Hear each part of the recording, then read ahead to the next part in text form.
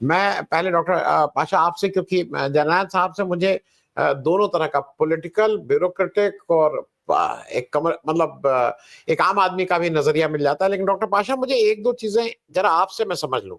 एक तो शीतल जी, मैं 1962 का इसलिए बता दूं, मैंने जो किताब लिखी उसमें बहुत सी चीजें थी। 1962 में भारत, चीन ने भारत को मात दी, इसमें कहीं कोई दो राय नहीं, इसमें कोई बहस की भी बात नहीं। We are not prepared.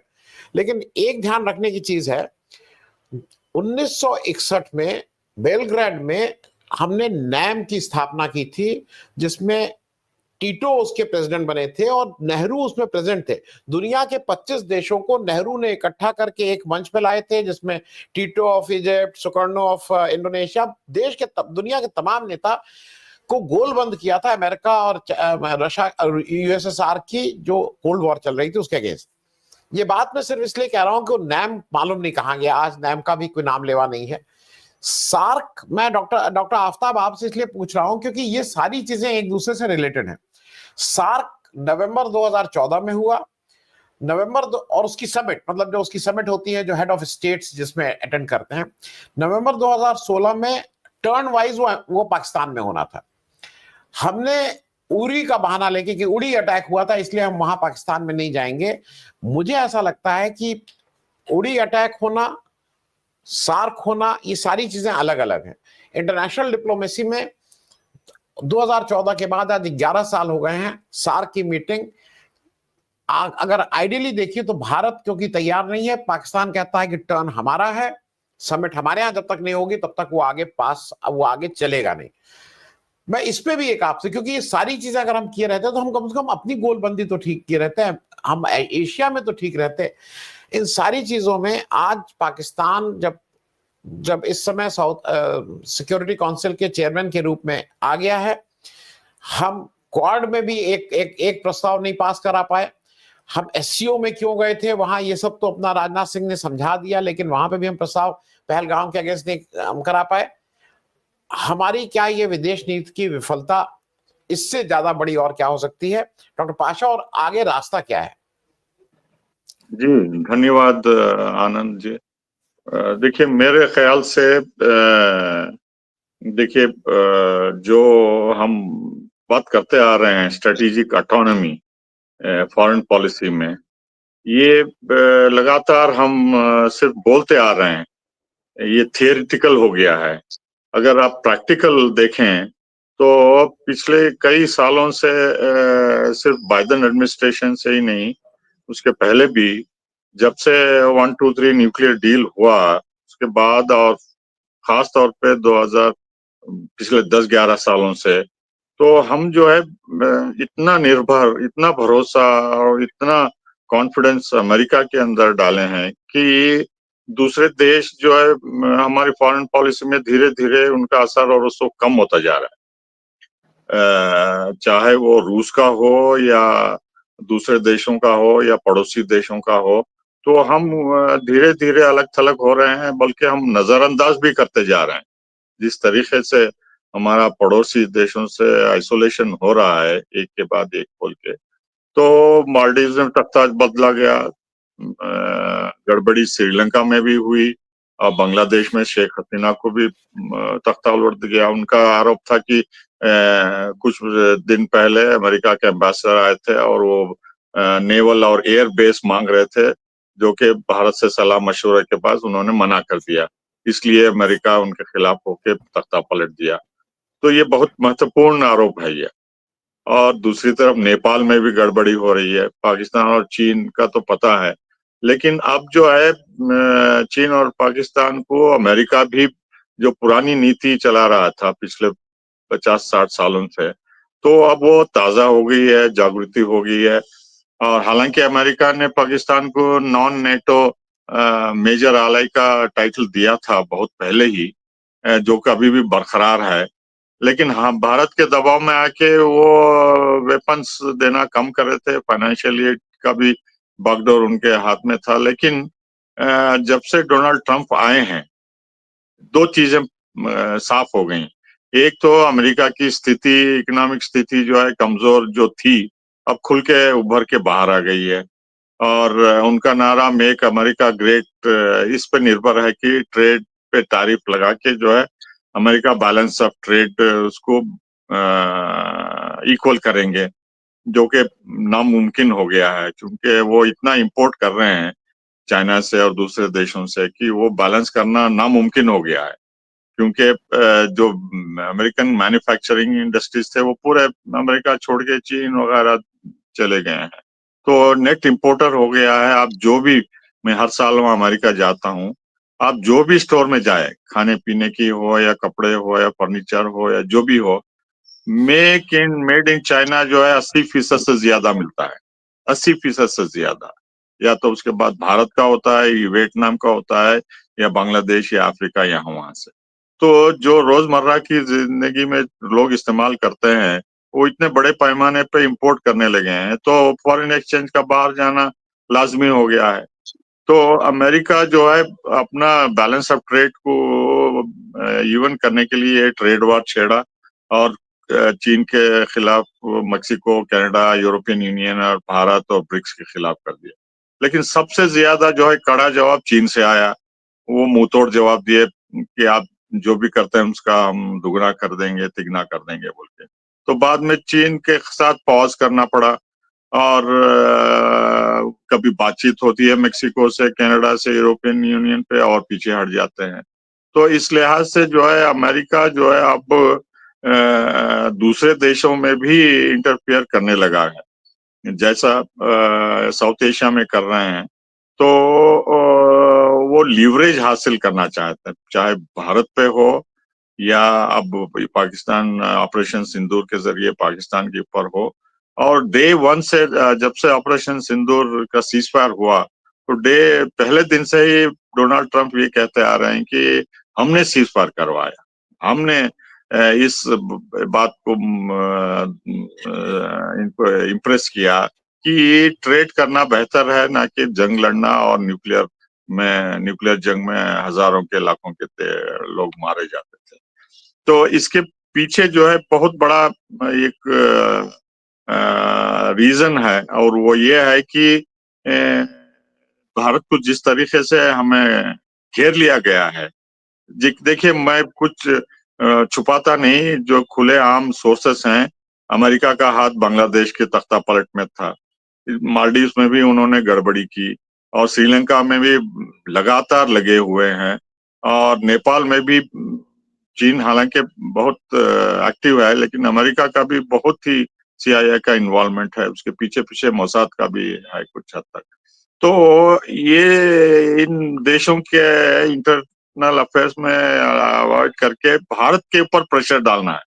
Main उनका फोकस अमेरिका जो है भारत फोकस है, किस तरह ये स्ट्रेटेजिक ऑटोनॉमी भारत की फॉरेन पॉलिसी को न्यूट्रलाइज करे और कमजोर करे, ताकि अमेरिका की स्ट्रेटेजी में हम उनके फिट हो। अमेरिका की स्ट्रेटेजी अब एक ही है, क्योंकि वो यूक्रेन में कुछ पेशकदमी नहीं हुई, कोई सक्सेस नहीं हुआ। वो मान के चलते थे कि हम यूक्रेन को हथियार दे के हरा देंगे मिलिट्रीली, और सैंक्शंस डाल के खत्म कर देंगे, और तेल पे पाबंदी लगा देंगे। लेकिन सब उल्टा हो रहा है। हर दिन ब दिन रूस ग्राउंड ऑक्यूपाई कर रहा है, और जो है लगातार एक्सपोर्ट कर रहा है अपना तेल और गैस चीन को और दूसरे देशों को। और उनका वार प्रोडक्शन जो है डबल तिगना हो गया है। इतना प्रोडक्शन हो रहा है कि वो इंजन हो गई है रशिया की ग्रोथ की, जीडीपी, जो कि अब जीरो हो रहा है यूरोपियन यूनियन। तो इस तरीके से जो है यूक्रेन को जो उनकी गलतफहमी थी, तो इसी तरह यहाँ दूसरे मुल्कों में भी अपना ईरान पे करना चाहा, लेकिन वहाँ रेजिम चेंज नहीं हुआ। ईरान ने मुंह तोड़ जवाब दिया, इजराइल के जरिए इस पे करवाए उन्होंने, अमेरिका ने। इजराइल समझता था कि हिजबुल्लाह को और हमास को और हुती को और सीरिया में तख्ता पलट के जो है ईरान कमजोर हो गया, हम ईरान को हमला करके सीरिया में जैसा कब्जा कर लिया, ईरान पर भी कब्जा कर लेंगे, और 90% ईरान का तेल और गैस चीन को जाता है। और ईरान के जरिए चीन का BRI रोड इंफ्रास्ट्रक्चर, जो ऑयल पाइपलाइन पूरा करें, इसको खत्म कर देंगे, और रॉ मटेरियल्स जो चाइना को जाता है इस क्षेत्र से, नॉर्थ साउथ कॉरिडोर को भी खत्म करेंगे बोल के। वो नहीं हुआ। तो अब जो है तीसरा रास्ता वो ढूंढ रहे हैं कि भारत को कैसा उनके जकड़ में लाए, उनके इन्फ्लुएंस में लाए, और उनका मकसद चीन ही है, चीन के अलावा रूस भी है। तो अब इसमें अगर पूरा निर्भर भारत पे करते हैं तो पाकिस्तान नाराज हो रहा था। पाकिस्तान भी अमेरिकी स्ट्रैटेजी में बहुत अहम है, क्योंकि उनका लोकेशन ऐसा है कि रूस और सेंट्रल एशिया और चाइना के बॉर्डर से भी बहुत नजदीक है। तो अब इसमें अगर आप पहलगाम का बैकग्राउंड देखें, कब हुआ ये पहलगाम? जब जेडी वांस भारत में थे। तो इसका क्या मतलब निकाला जा सकता है? जब हम 3-4 फोटोज पब्लिश करें तो वो पकड़े नहीं गए है, फोटोज वापस लेना पड़े, अभी तक पकड़े नहीं गए। पूरी दुनिया में जो डेलीगेशन गए वो पूछते थे कि आपके कंट्रोल में है, दिल्ली एडमिनिस्ट्रेशन का है, कश्मीर में आप 3 टायर 4 टायर सिक्योरिटी रखे थे, ये आप होने कैसे दिए? आपकी आपकी मिलिट्री पुलिस इंटेलिजेंस इतनी इनकॉम्पिटेंट है, निकम्मी है कि ये आतंकियों को ना रोक सके, ना पकड़ सके, ना कोई फैसला आया बोल के। तो उसके बाद लोग वो भी पूछने लगे कि इंडस वैली का ट्रीटी का, इंडस वाटर ट्रीटी का इससे लेना देना क्या है, आप पानी क्यों रोकेंगे पाकिस्तान को वगैरह। तो ये पेचीदा सवाल है, उठ खड़े हुए और हम जवाब देने के लिए तैयार नहीं थे। सिर्फ 1-2 डेलीगेशन जो है कुछ मिडिल लेवल लीडर से मिले, बाकी के सब एनआरएस से मिलके होटल में 5 स्टार में रह के घूम फिर के वापस आ गए। कुछ खास नतीजा नहीं हुआ, जैसा शीतल साहब बता रहे थे। तो जी। अब जो है ये सीज़फायर से एक और स्ट्रैटेजी काम कर रहे हैं, और वो ये है कि अब क्वाड का आप जॉइंट स्टेटमेंट अगर देखें, पहली बार मैंने पूरा वर्ड टू वर्ड पढ़ा, इतना लंबा चौड़ा है कि जितना कि अभी तक इसकी हिस्ट्री में क्वाड में इतना लंबा चौड़ा जॉइंट स्टेटमेंट नहीं आया फॉरेन मिनिस्टर्स की मीटिंग में, मार्को रूबी से लेके हमारे जयशंकर, जापान और ऑस्ट्रेलिया के। तो उसमें 99% जो है हर एक सेंटेंस चीन के खिलाफ है। चीन क्या करता है मैरीटाइम सिक्योरिटी में और मिनरल्स में, ऑफशोर में, और कैसा उसकी नेवी डरा रही, धमका रही है फिलीपींस को, वियतनाम को और ताइवान को वगैरह वगैरह बोल के। तो पहली बार जब हम ये क्वाड निकला सुनामी के बाद और ह्यूमैनिटेरियन एड के बाद और कोविड के बाद, इम्यूनाइजेशन, वैक्सीन वगैरह की, अर्थक्वेक जब होता है, फ्लड्स आते हैं तो हम मदद करेंगे, कोऑपरेशन करेंगे बोल के। तो अब धीरे-धीरे जो है ये स्ट्रेटेजिक कलर क्वाड अडॉप्ट कर रहा है अमेरिका के दबाव में आके, और ये साफ जाहिर है कि ये चीन के खिलाफ इस्तेमाल करना चाहते हैं, क्योंकि हम पार्टनर्स नहीं होना चाहते थे चीन के ओपनली खिलाफ। तो अब इनडायरेक्टली जो है अब रेयर अर्थ मिनरल का 2 पैरा है। रेयर अर्थ मिनरल्स में कोऑपरेशन करेंगे, और उसपे भी चीन का नुक्ताचीनी की गई कि वो ब्लैकमेल कर रहा है दूसरे देशों को वगैरह।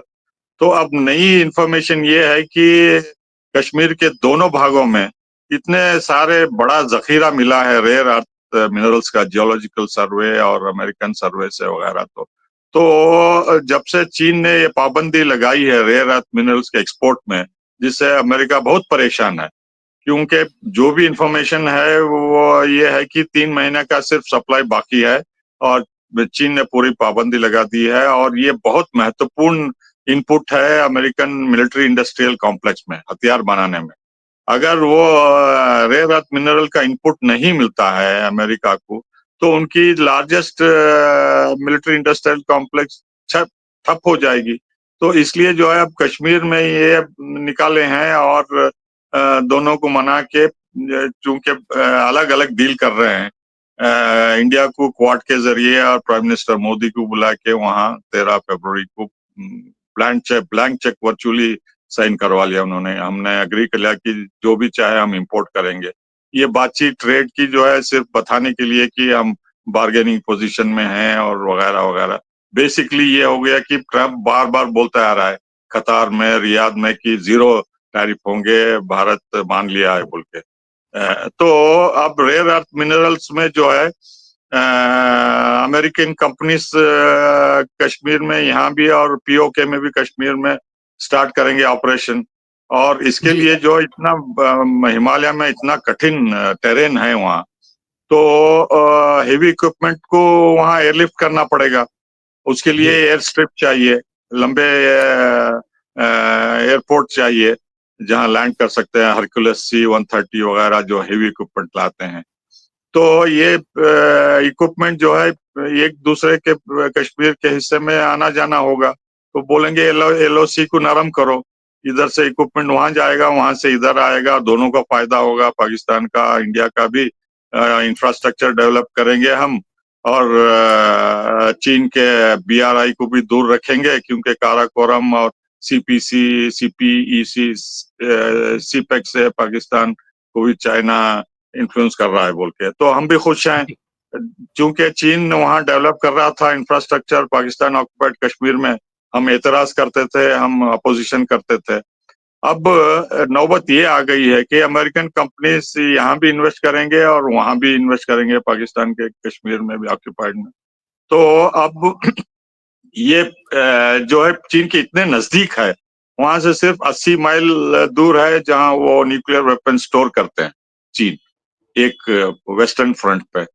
तो इसके करीब जो है एयर स्ट्रिप्स में और रेयर अर्थ मिनरल के प्रीटेक्स में वहां क्या करते हैं, उनकी प्लानिंग क्या होगी, बहुत मुश्किल है। ये स्ट्रेटेजिक जियोपॉलिटिकल कंपल्शंस भी हैं, और अगर एक ही तरफ डेवलप करते हैं तो कोई आतंकी हमले के बाद एक ना एक देश एक दूसरे पे हमला करता था। तो अब दोनों को मिला के सुलझा बुझा को, आसिम मुनीर को वहां बुला के जो है पाठ पढ़ा के उसको खुश कर दिए हैं। और यहाँ भी मोदी साहब जो भी अमेरिका बोलता है करने के लिए तैयार हैं, और रेयर अर्थ मिनरल्स ये सिर्फ प्रीटेक्स है, हालांकि है वहाँ बड़ी मात्रा में उपलब्ध है, अच्छी बात है, लेकिन हम भी तो खुद अपने आप कर सकते थे, अमेरिका की मदद की जरूरत नहीं है।